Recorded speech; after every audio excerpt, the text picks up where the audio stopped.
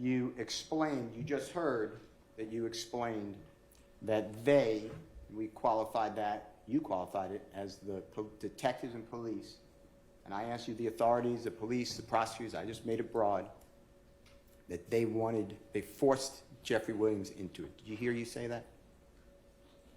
Man, can I get a water or something? I'm so high right now, y'all. I'm about to go to sleep on y'all ass. I ain't gonna tell you no lie. Yes, you may. We're gonna take a break. The thing is that, Your Honor, we did not. You're arguing with me now, Ms. Love. So can we stop at this point in time? Your Honor. If you have other evidence independent of this, I'll consider it at the appropriate time. And we do, and that is what I was asking. So if the court will permit me to actually introduce the evidence that we have, as the court in State versus Paldo 309 Georgia 130, where it says a suspect who asks for a lawyer at any time during a custodial interrogation may not be subjected to further questioning until the suspect reinitiates the conversation. And in that, they are citing Dozier versus the State 306 Georgia at 35. Your Honor, Edwards versus Arizona. And Your Honor, this is a 2020 Georgia Supreme Court case where it specifically says that a suspect who asks for a lawyer at any time during a custodial interrogation may not be subjected to further questioning, as the court has said, by law enforcement until an attorney has been made available or until the suspect reinitiates the conversation. Your Honor, at some point, Your Honor, I'm sorry, I'm talking, and I don't know why I am being interrupted. I will not stop. Hey, I was speaking. Hey, Ms. Love, y'all got. I'm sorry, I was speaking. Both y'all can't talk at the same time. I know, I was speaking, and I expect you to allowed to speak when I'm speaking. Hey, both of you all need to just take it down a notch. And so, Your Honor, if I may finish, because I was the one speaking before Mr. Weinstein interrupted. But you continually engage in this pattern of behavior, Ms. Love. You don't want to accept my ruling. Your Honor, and I know you're being an advocate, but at some point, stop. Just stop. I made my ruling. Good, bad, or indifferent to you. You're going to win some, you're going to lose some. I do accept that fact. Okay, no, you don't. No, you don't. Your Honor, we have just not been able to present the evidence. That no, the, you don't. I get it. I get it. And if you have an independent basis to introduce statements that may not, or that may be not subject to the fruit of the poisonous tree, or any other thing, or any other issue related to evidence that may have flown out of this particular interview, then I'll hear it at that point in time. Your Honor, I apologize for interrupting the state earlier, but the state can talk the ears off a donkey. This continued filibustering has got to stop so that opposing counsel can speak. Your rulings at some point have got to be final, Your Honor. Whether you hear from Detective Thorpe or not is irrelevant. He requested his lawyer, he invoked his right to not speak anymore, and I don't care what schmoozing Detective Thorpe did out at the Sally Port, taking my client off camera. I don't know what went on down there. I don't know what self-serving, well, I have some idea. I don't know what self-serving statement Detective Thorpe could possibly give to this court that would cause the court to change their order. This continued going back whenever the state loses in this case has got to stop at some point, Your Honor. Thank you. This is the second time that this honorable court in front of the jury has addressed me inappropriately and wrongly. Second time. The first time I gave the state discovery of a song from a Super Bowl. Weeks before, there was an objection. You assumed that I didn't give it to the state. I didn't want to embarrass the court. So you were yelling at me and saying, do you understand me? Do you understand me? And instead of saying, do you understand that you're wrong? I sat here and I said, yes, Your Honor. That was to protect the integrity of this courtroom and the court. Now you say in front of the jury how unprepared I am. I am not unprepared for anything. Okay, I have no. I need to make a record. Your Honor, Mr. Steele, wait a second. When you keep delaying, okay, and that's what's happening to the court. You keep delaying and elongating and pushing out these particular our ability to present a seamless case in front of the jury. That's my purview as a judge. And I've asked you a number of times, you and your colleagues on both sides, to go ahead and listen to whatever it is you need to do, prepare me as needed. Now, I asked you those two particular questions because if they've turned over the audio to you in discovery and you've listened to them already, then you either have an objection or you don't have an objection. And I was trying to solicit from you whether or not we could just go ahead and just hear it. So you can imagine my frustration because all these little delays just elongate out our presentation in front of the jury. That's for your benefit, not for mine, Your Honor. So that's why I've told you all at various times during this particular case. It's not because I want to embarrass you, Mr. Steele. It's just that I'm trying to kind of keep this thing presented in a way that the jury can listen to it. And the court is wrong. I remember y'all trying to assassinate me right now in 2024. That's what I remember. This is what I remember. All this going on right here got me up on this stand, talking about this and that third, all this extra stuff that's going on. Your Honor, am I on trial, Your Honor? Sir, you just have to answer the questions, unfortunately, at this point in time, okay? That's all I can tell you. Am I on trial? No, sir, you are not on trial. But you have been properly summoned here as a witness, and you're subject to examination until I release you. I never consent to do none of this, sir. I ain't signed nothing. My name ain't on nothing. They come get me.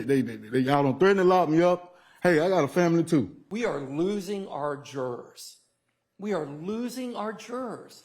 I look over there at them, and they are trying their best. They are trying their hardest. Often they are taking notes, but other times they have just tuned out. So related number 3 is I'm going to start, if appropriate, and I do need to take up something that is of that import, I will go ahead and excuse our jurors. And just we'll take whatever, and we'll come back the next day. So that's 3. Number 4 is I have spoken with our sheriff, and consistent with court, if necessary need be, we'll start having court on Saturday and Sunday. Yeah, well, that's my call. So if you don't want your Saturday and Sunday sucked up, I think we need to work a little harder in terms of being able to streamline, and that goes to both sides. And look, I don't want to work that way too, because it's me and my staff and my team and the sheriff and his team and everything else. But we will do it because we're going to have to recap some days. I don't want to be in 2027 trying this case. Or as Mr. Steele said, I want to be here next Super Bowl trying this case. I'd like to have it. I'd like to go watch the Super Bowl without having to come back to try your case. I hope that your case is resolved by that time, whatever may happen. But I think that we can do a better job at presenting the evidence and streamlining whatever for the fact finder to be able to make a decision. So we're going to start gathering on Saturday and Sunday. And the last remedy, and I don't say this being otherwise mean and contrary and everything else, but I have power of contempt. I don't want to use that. I don't. But it's come down. We've been in trial a long time. I think I've been very clear with everybody about my expectations, which serve you all and your ability as advocates in this case to try the best case you have. I do have some concerns about 120 days of trial time. That's going to take almost 4 months. And, I'll remind the state, you told me, or Ms. Hilton told me, it's going to take about 6 months. At this rate, it's going to be 12 months, and that doesn't include anything that the defense may choose to. I'm concerned about your case, Chief, at this point in time. The defense will present whatever they wish to do with, and I'll deal with it. We'll deal with it accordingly. But we were trying to be finished by June, frankly, as I told the court earlier. Yes. We can't control cross-examination, and that has extended our estimation of the time that we expect. Well, like I said, if you disclose things, if you don't disclose everything, and we don't disclose things timely, then what I'm doing is I'm taking up more time. What I want to do is I don't want us to take up 2-3 hours. I can't do that anymore.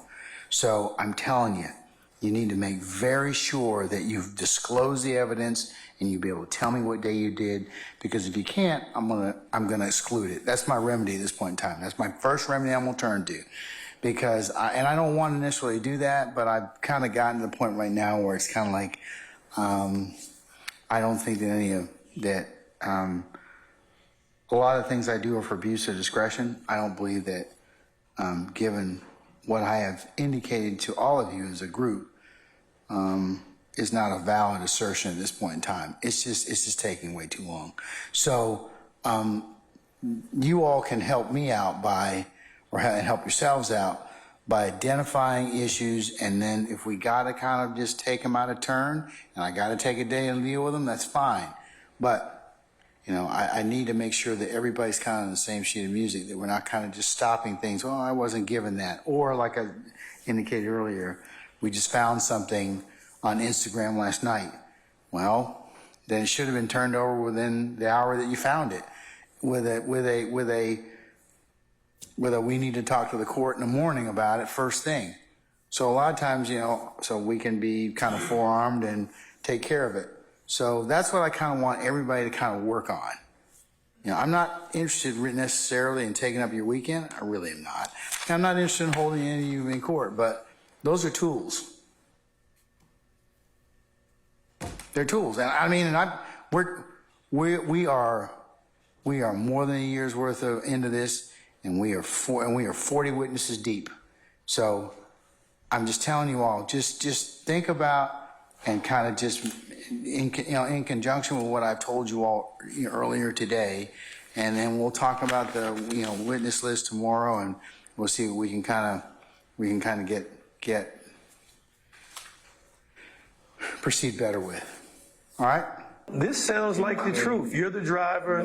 You really cleared something up for me, the thug. And I got to go out here and find a picture of this joker, because it's important. Because I don't think he should get away with it if he was in the car. You're not making this up. Thug was in the car. Yeah. All right. Okay. Let me.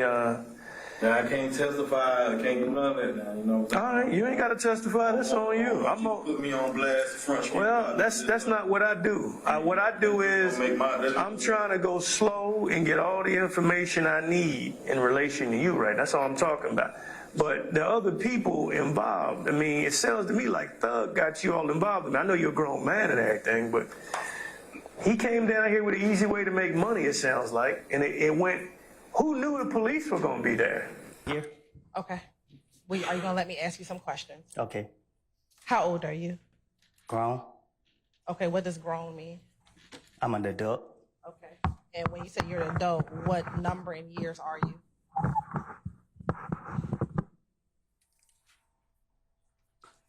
I plead the fifth. Ladies and gentlemen, can I get you to step outside to your headquarters of jury deliberation, please? All right,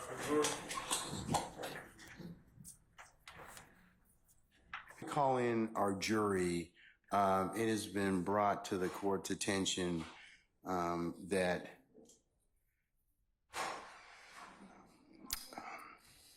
Mr. Copeland's counsel, Ms. Bumpus, would like to be released. Is that correct, madam? Yes, sir. Okay, all right.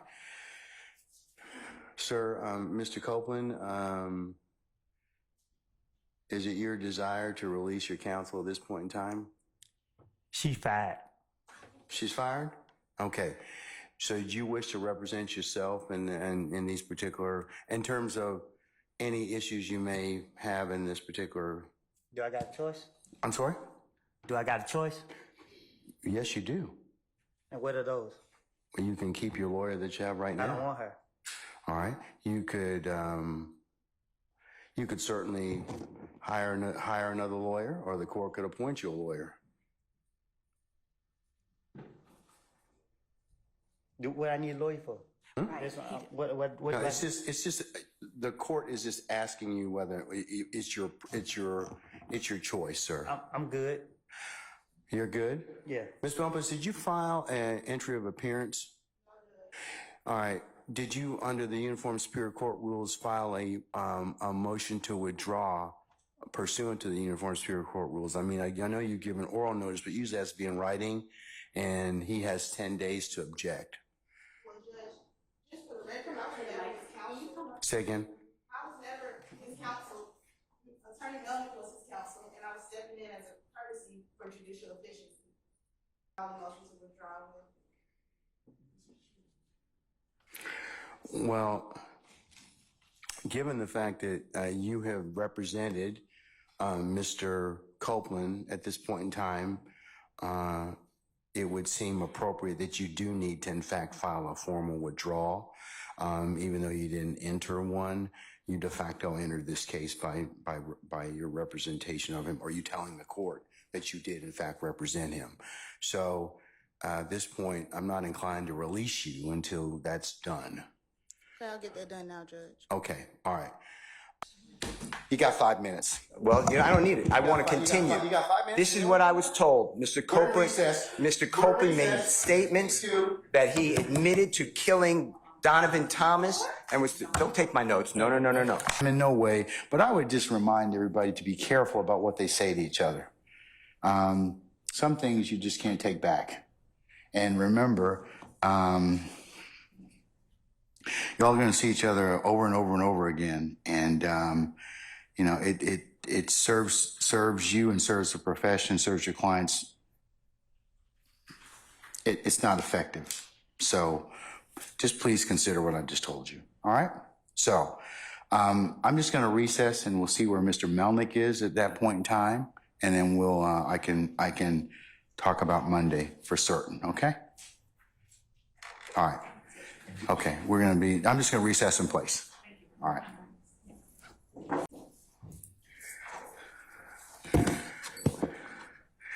Okay, Mr. Steele, would you take the podium, please, sir?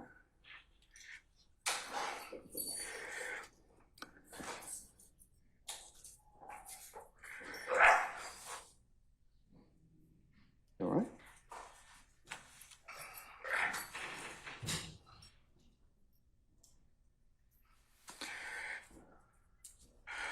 All right.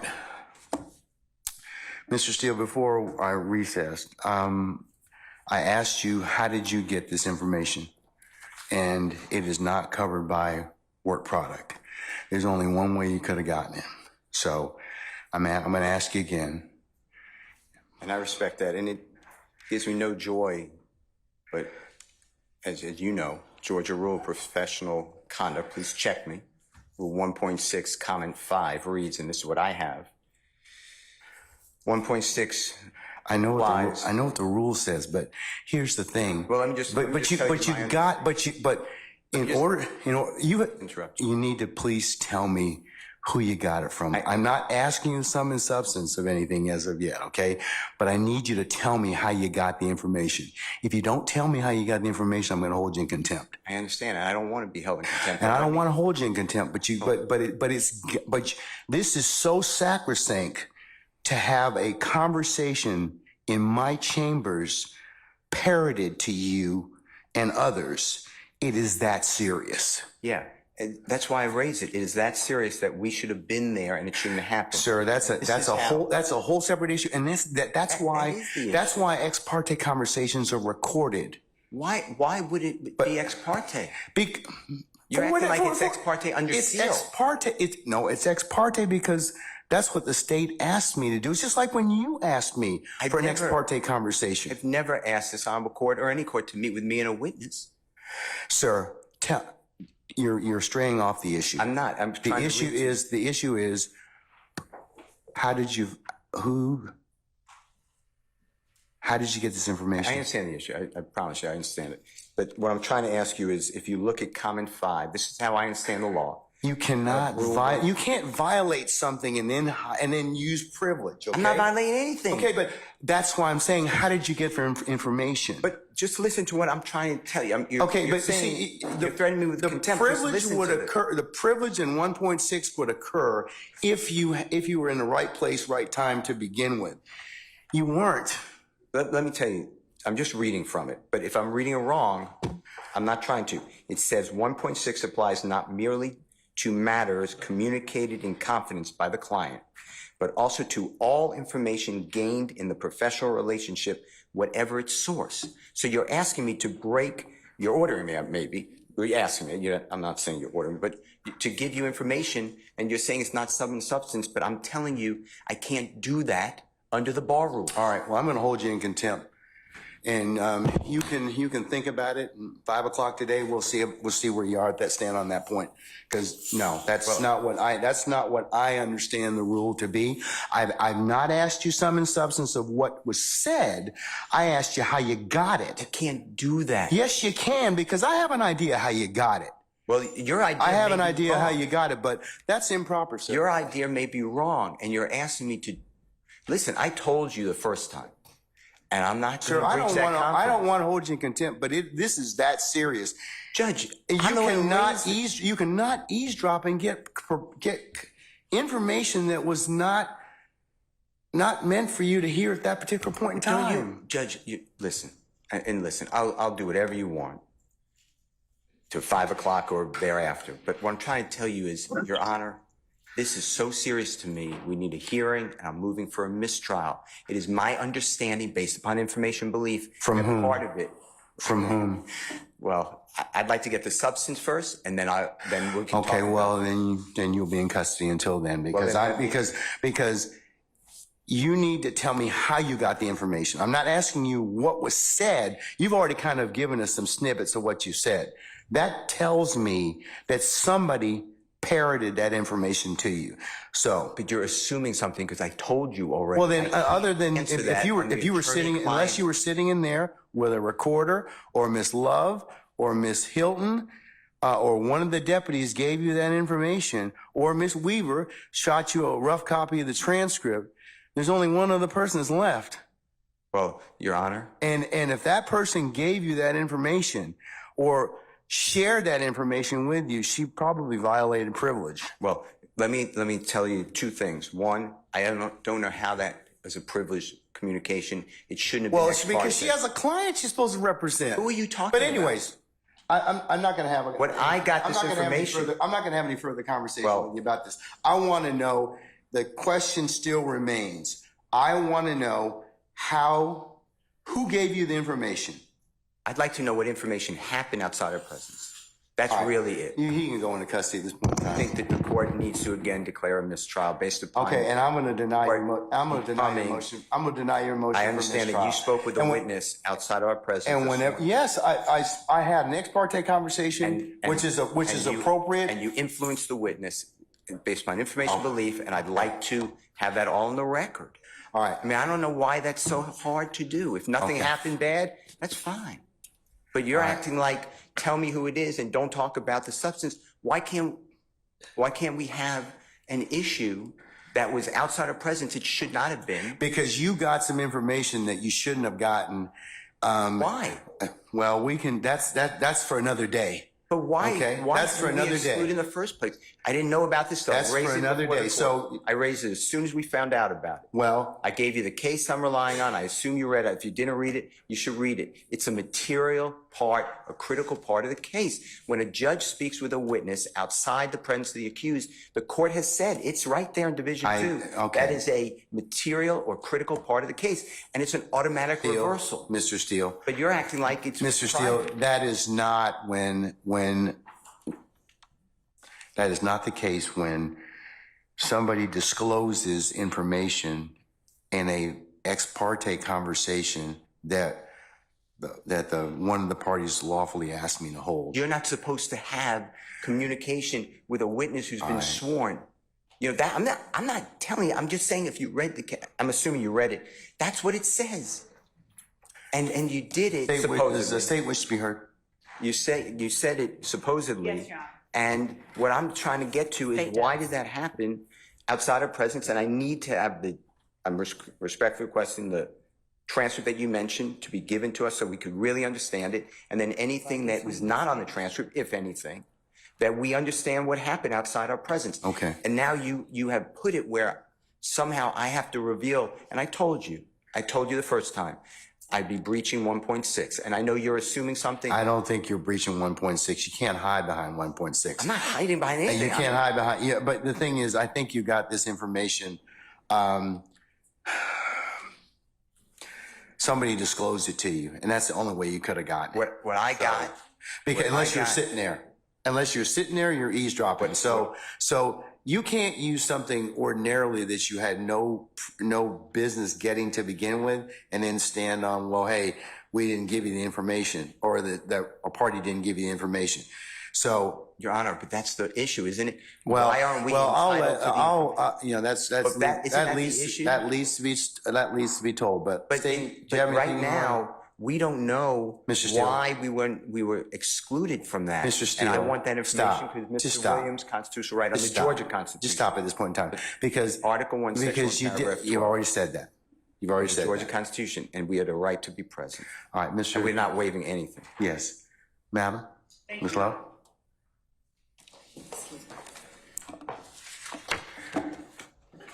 Sir, that's not what happened. That's not what happened. That's not what happened. That's not what happened. I'm just telling you, that's not what happened. Judge, respectfully, we are not obligated to simply accept that there's been no violation. We believe that there has been, and the only Okay, well then you've made your. No, we're not doing that at this point in time. So you'll have a choice to make. All right, take Mr. Steele into custody, please.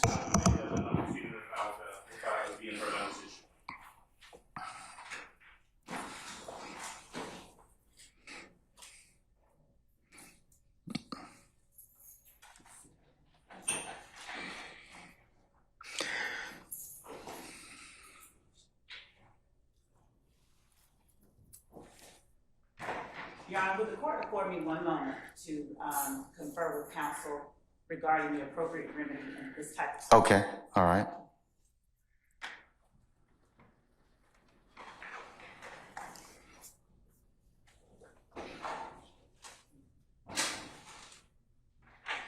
May I say one thing, Your Honor? Yes, sir, you certainly may. Mr. Williams does not wish to go forward without me being here. You are removing me against his will, my will. You're taking away his right to counsel.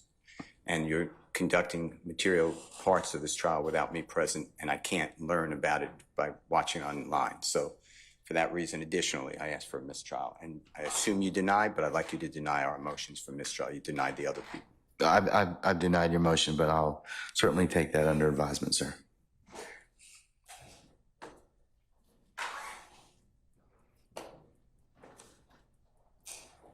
Objection. Yesterday, did you tell myself and my colleagues, Ms. Love and others, about Little D and Shannon being in your vehicle the night of the murder? Huh? Yesterday, did you tell myself, Ms. Love, and a few of my other colleagues that Little D and Shannon were in the car with you the night of the murder of Donovan Thomas? I told you and them that what I told investigators in June when Nut got killed, something different, because I was trying to finish my way out of a situation. So I said, I picked up D and Shannon. D never told me nothing. I made it up to clear myself up. And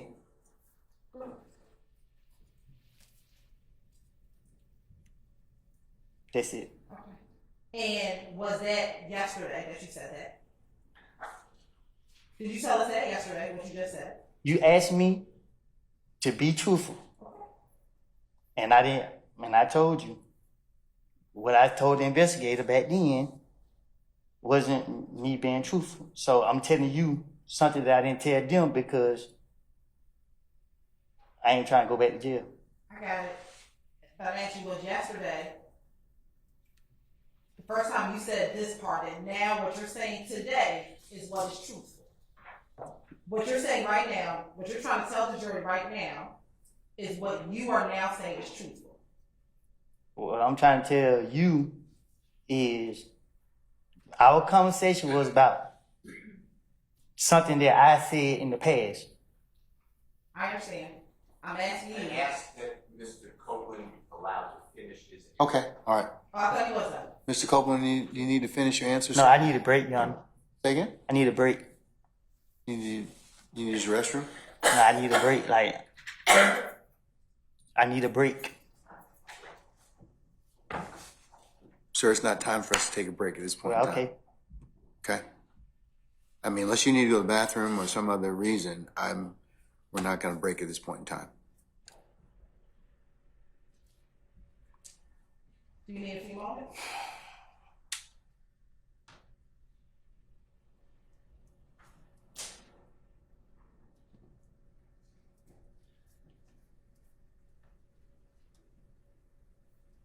Just know I started embracing DB, Lil D, after DB got killed. Lil D was more a DB friend.